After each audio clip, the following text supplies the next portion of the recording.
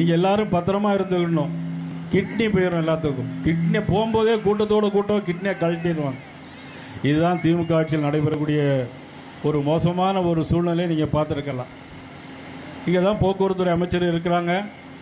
ஆனால் போக்குவரத்துறை அமைச்சர் ஊர்லேயே 2-3 ஊருக்கு பஸ் இல்லைன்னு இப்போ நீங்கள் வீடியோலெல்லாம் பார்த்துட்டீங்க.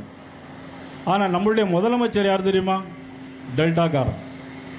நம்மளுடைய முதலமைச்சர் ஊர் எது? டெல்டாக்காரன். அவர் சொல்லுவார், நான் டெல்டாக்காரன் அப்படின்னு சொல்லுவார்.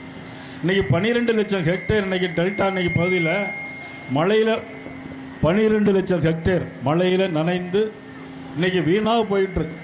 அவ்வளவு மோசமான ஒரு சூழ்நிலைக்கு இன்றைக்கி போயிட்டுருக்குன்னா காரணம் இந்த திமுக அரசு தான். உலகுக்கே சோறு போடும் உளவாளி நம்ம விவசாயிகளை பார்த்தீங்கன்னா அவங்களுக்கே கஷ்டத்தை உண்டு பண்ண ஒரு ஆட்சி எதுக்குன்னா நம்மளுடைய திமுக ஆட்சி தான். நீங்கள் மக்காச்சோள மாவுக்கு அதுக்கு 1% செஸ் வரி போட்டது இந்த திமுக அரசு. மறுக்க முடியுமா? யாராலும் மறுக்க முடியாது.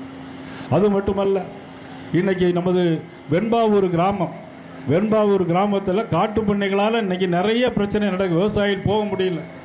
அங்கே மின்சார வேலி போட்டதுனால 2 விவசாயி அங்கே உயிரோடு இறந்து செத்து போயிட்டாங்க.